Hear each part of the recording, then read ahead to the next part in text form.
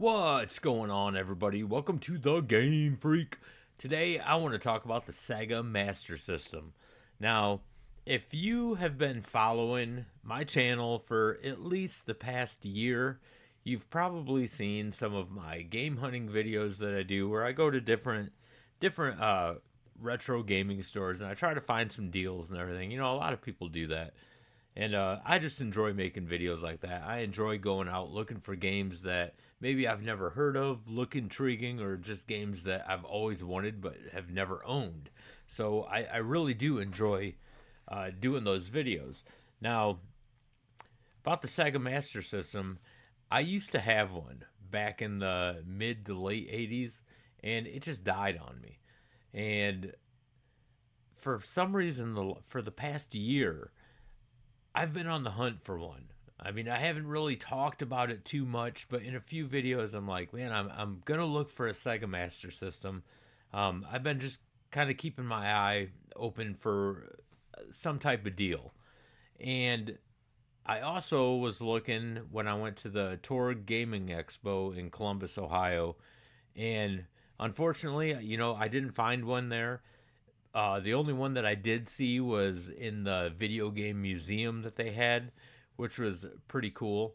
So, in today's video, I want to talk about and share with you, did I get the thing finally? Or did I change my mind on even purchasing one? Let's dive into this. For the past year and a half, I've been on the hunt for a Sega Master System in the wild.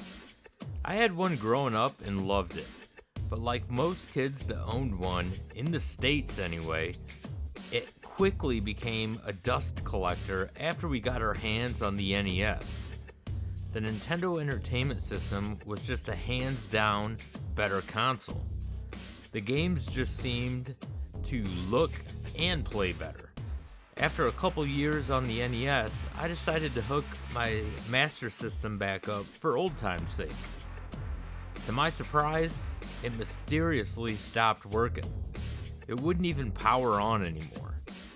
Yeah, I was bummed because I've always taken care of my consoles and wasn't sure what happened. But I still had my NES. I wasn't in a rush to get another Master System at the time. Fast forward 30 plus years, I got the urge to own a Master System again. It still baffles me why my original stopped working.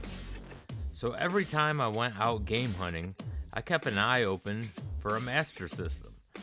I ran into a couple, but they wanted an outrageous amount for both of them. Not to sound cheap, but I was not willing to pay over $200 for one. The couple I seen were both priced over $300. Only one of those came with a zapper. Those prices seemed a bit steep to me personally. A couple months after seeing those Master Systems in the wild, my wife surprised me with a game stick that was loaded with 40,000 games. This thing is loaded with so many emulators. It has complete game collections from so many consoles, not to mention thousands of arcade games. Granted, I prefer physical media all day, but this device allows me to play games before I buy a physical copy. Because let's face it, some games just aren't as good as we remember them being. Some games just aged poorly. That's just a fact.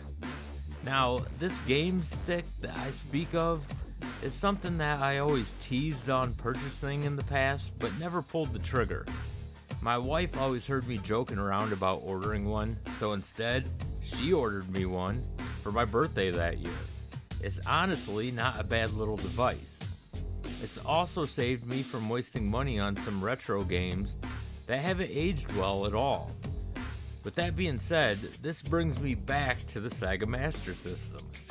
This console had 315 games available for it. My game stick has a Master System emulator on it with the full collection of games along with some additional bootlegs. For the past few months, I've been going through and playing every game in the library. What I found was interesting. These games made me realize I don't miss the Sega Master System at all. Sure, it has some great games to choose from, but for me, it was only a small handful. I just didn't have the same feeling playing these games today that I had when I was playing them as a kid. I quickly remembered why I wasn't in a hurry to get a new Master System after my original died. I'm not going to sit and bash this console because I do feel that it is an iconic piece of video game history. It was great for its time, but the games just don't hold up well today. So unfortunately, I have now decided to not repurchase a Sega Master System. It would just be a waste of money for me to rebuy this and watch it collect dust again. I have nothing but respect for Sega, but the Master System and its games just haven't aged as eloquently as the Sega Genesis and its collection of games. I'll happily cure my Sega fix by just playing my Sega Genesis. So yeah, that really bummed me out after I started playing these games. And I was just like, man, I remember these being so much better.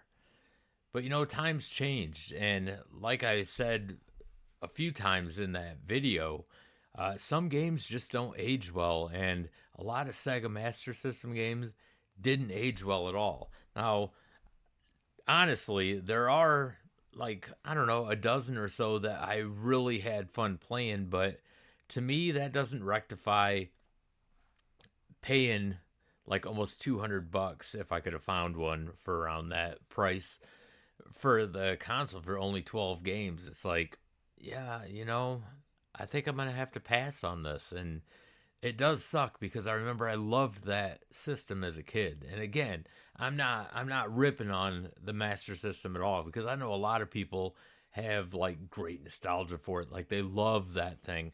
And it's great. I mean, if you're still into those games, I mean, but I do encourage people, go back and play them. Do you still feel the same? If you do, cool. Some people don't, and I'm one of them.